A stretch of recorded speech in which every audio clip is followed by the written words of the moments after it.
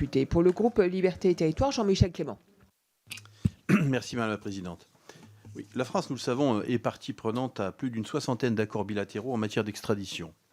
En Asie, notre pays est déjà lié à la Chine et à la Corée du Sud, tandis qu'un traité avec la région administrative spéciale de Chine, Hong Kong, est en navette. Et vous vous souvenez des débats que nous avions eus ici et des événements qui s'en sont suivis. Quel est l'intérêt de ce type d'accord ? Un accord bilatéral n'est pas nécessaire pour permettre la remise de personnes vers ou depuis un autre État, nous le savons. Cela peut se faire sur le fondement de conventions multilatérales ou sur la base de l'offre de réciprocité dans le cadre de la simple courtoisie internationale. Mais lors d'une extradition sans accord bilatéral, l'application du droit français se trouve souvent confrontée à un autre droit national, ce qui peut générer des conflits de législation et compliquer in fine l'extradition recherchée. Dans le cas qui nous occupe aujourd'hui, il faut savoir que le Vietnam s'est, monsieur le rapporteur, vous l'avez dit, montré réticent à coopérer en l'absence de base conventionnelle. Cela pourrait expliquer que le flux des extraditions entre nos deux pays soit resté très faible.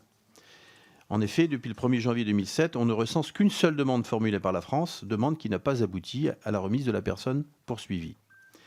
Le domaine de la coopération judiciaire est marqué lui aussi par le très faible volume de demandes d'entraide échangées entre les deux pays depuis plus d'une dizaine d'années, 13 issues des juridictions françaises et 4 seulement des autorités vietnamiennes.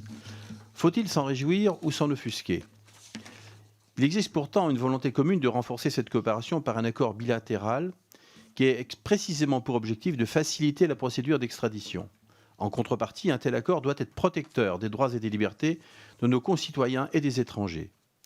Sur le fond, il conduit les parties à se mettre d'accord sur des garanties communes, notamment les motifs de refus d'extrader qui sont souvent au cœur de la négociation. La France est parvenue à limiter le nombre de motifs de refus en conservant ceux relatifs aux libertés fondamentales et à la peine de mort. Rappelons que le Vietnam se trouverait uniquement dépassé par la Chine et l'Iran quant au nombre d'exécutions sur ces 5 dernières années. La France a par ailleurs relevé une tendance récente au renforcement des atteintes aux droits de l'homme et à la liberté d'expression. Ces raisons expliquent qu'aient été retenues comme motif de refus les infractions politiques ou celles passibles de la peine de mort, ainsi que les situations dans lesquelles la personne réclamée risquerait d'être jugée par un tribunal qui ne présenterait pas toutes les garanties fondamentales de procédure. S'agissant de la peine capitale, la France avait proposé de consacrer un mécanisme de substitution de peine qui a été refusé par le Vietnam pour des considérations de droit interne. Nous estimons que c'est mieux ainsi. Il n'y a pas de meilleure garantie de la non-application de la peine de mort que le maintien du justiciable dans un pays qui ne l'applique pas.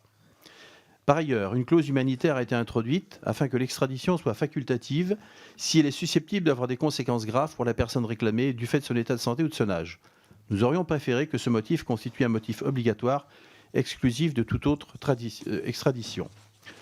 Toutefois, ce traité reste somme toute assez classique et répond aux exigences habituellement contenues dans ce type de texte quant au respect des droits humains que la France défend en toutes circonstances. Et la vigilance avec laquelle nous l'appliquerons participera, je l'espère, à une co-construction d'une justice plus conforme à nos standards démocratiques. Je vous remercie. Merci beaucoup, monsieur le député.